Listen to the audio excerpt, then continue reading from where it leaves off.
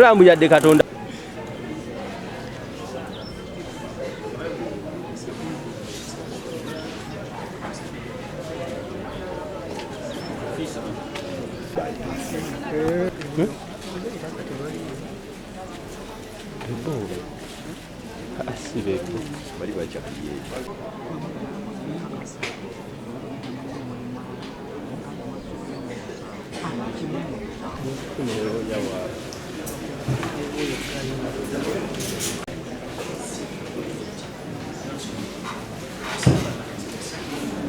Criminal case number 722, 2023.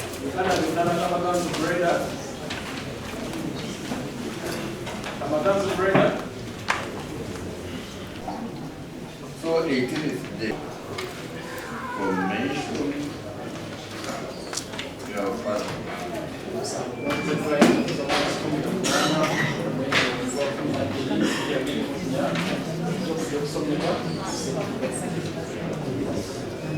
For verification. But now they are new developments. Well, Your Honor, the new developments are not even. Judgment was given 30 days.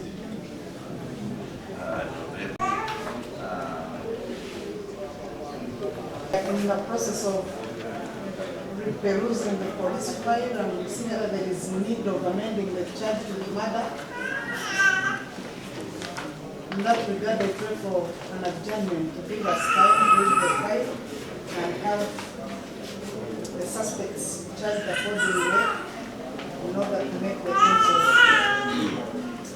meet the ends of justice. So I pray. I have 10 seconds.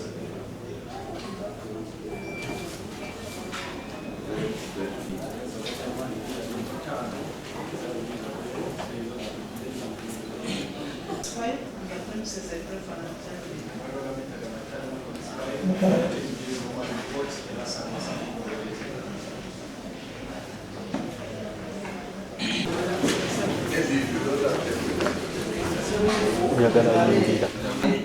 But this is what I'm saying.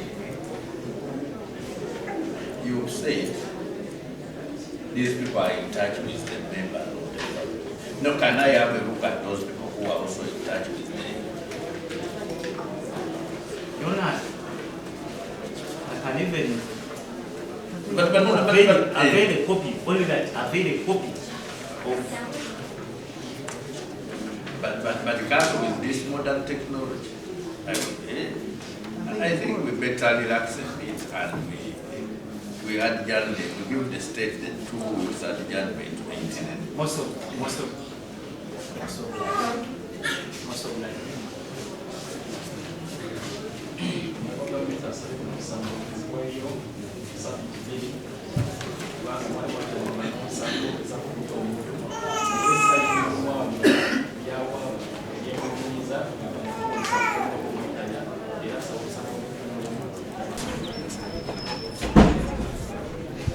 Mungu omulimu wagulaba bulungi ogulaba era eggwanga nsi yonna Yatandika n'erinnya otubuulireko omusango. Amannya gange nze Bagabe Nicholas Yusuf mbaddewo era nga munnamateeka ensonga ebadde genda mu maaso omulamuzi kyakoze ekyo kye mbadde musuubiriramu ddala because with such a case eri criminal nga erimu okutta nokera ku makya omuntu oyo n'omuza mu community oba ogitadde ku buzibu bunene nnyo kubanga kigambibwa ebigambibwa ebiwuliddwa abantu nga boogera budde ku kyalo bagamba nti omuntu ono azatta abantu kati gwe buli omuuza mu bantu mu public oba ogitadde ku ddenja nti essaawa yonna asobola okutta omulala ne bano bennyini ababadde bamugirako nga batambulira ku keesi eno basobola okuba mu buzibu so kooti kyekoze si kikyamu munnamateeka waabwe kyabadde asaba kooti okubaleka bafulume ng'awoza nti the negotiations ezigenda mu maaso kiyizika okuba nga kirabika ate bulala because this is not a civil matter nti waliwo okuteesaganya it's a criminal case bwe baba nga kizuuliddwa nti kituufu bazza omusango alina guleka gugende mu maaso yaleete bukakafu bulaga nti bano tebazza musango dani ate y'okugamba nti waliwo endagaano ezigenda mu maaso ku criminal case ey'okutta omuntu ate olina endagaano ezigenda mu maaso n'abafamire and mind you with such a case si ya muntu ngoyo case yeba ya government because elimu embere yokuba nti batta omuntu bwotandika ogamba nti leero oyagala bano bagende bateesaganye yatta omuntu bamute balibo abokukyalo boogenda bakuuma otyagwe nga munnamateeka so ndowooza ekyo kikoledde omulamuzi kyekisingira ddala obulungi basobola okuba singa wabaawo engeri eragibwa nti ddala ng'ebisaanizo ebibaweebwa ebisobola obaweesa bbayiro weebiri gamba nga payiro tennaba kubeera ready ekyokubiri bayinza okuba balwadde naye nga ne payiro teri ready nga bwe bagambye nti batuzizaayo nga naku z'omwezi 18 singa bakomawo nga state tannaba kubeera ready ne payiro ye kitegeeza abantu bano mu mateeka bajja kuweebwa bajja kuba bafuluma bagende wabweru naye tekigamba nti bagenze nti babagjeeko emisango kunoonyeza kujja kuba kukyagenda mu maaso naye kati babawadde time emale ya weeks 2 kubanga bakoze okunoonyereza okumala nga ne fayiro bagiwadde direction entuufu.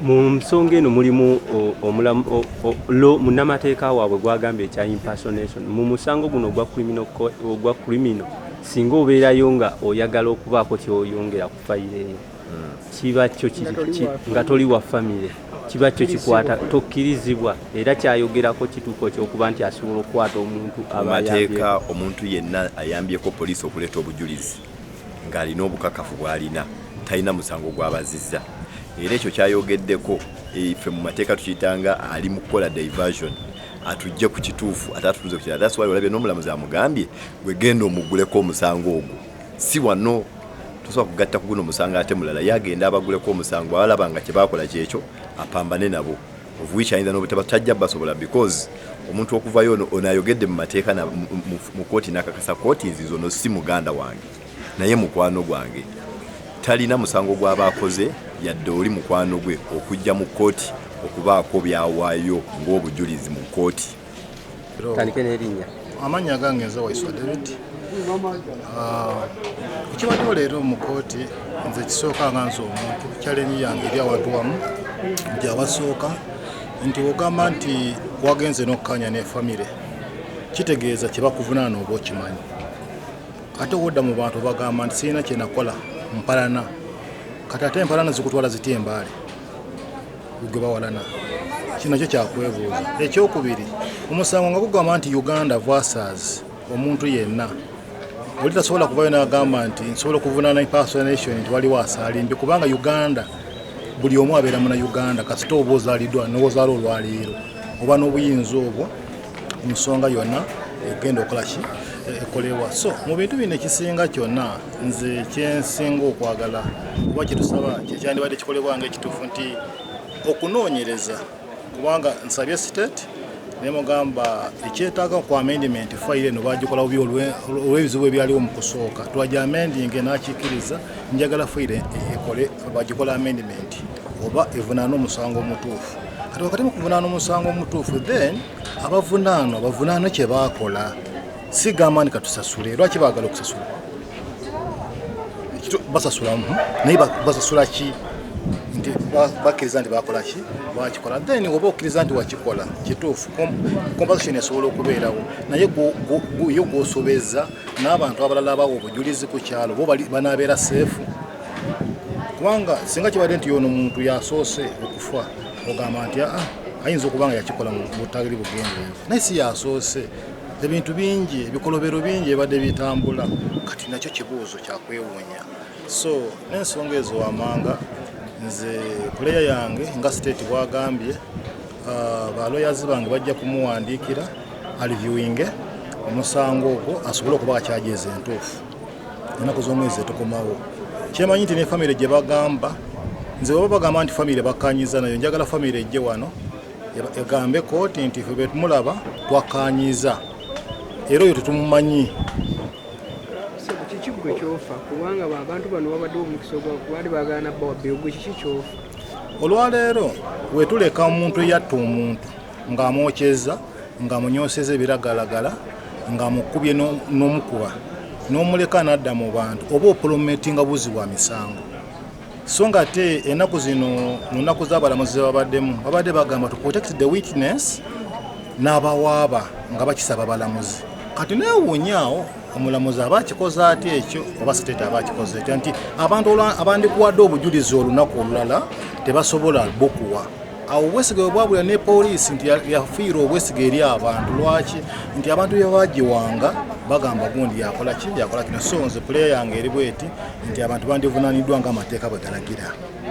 Kibwe mwiranga mu abatuuze abantu bano bakomawo ku kitundu waliwo embeera gye musuubira enzibbaawo. Kakati nga ennaku z'omwezi ennaku wiiki 2 emabega omu ku ba witness yali alumbiddwa ng'agenda kubwa n'okubwa. Bamuyita omuwala bamuyita mukyala Nganda.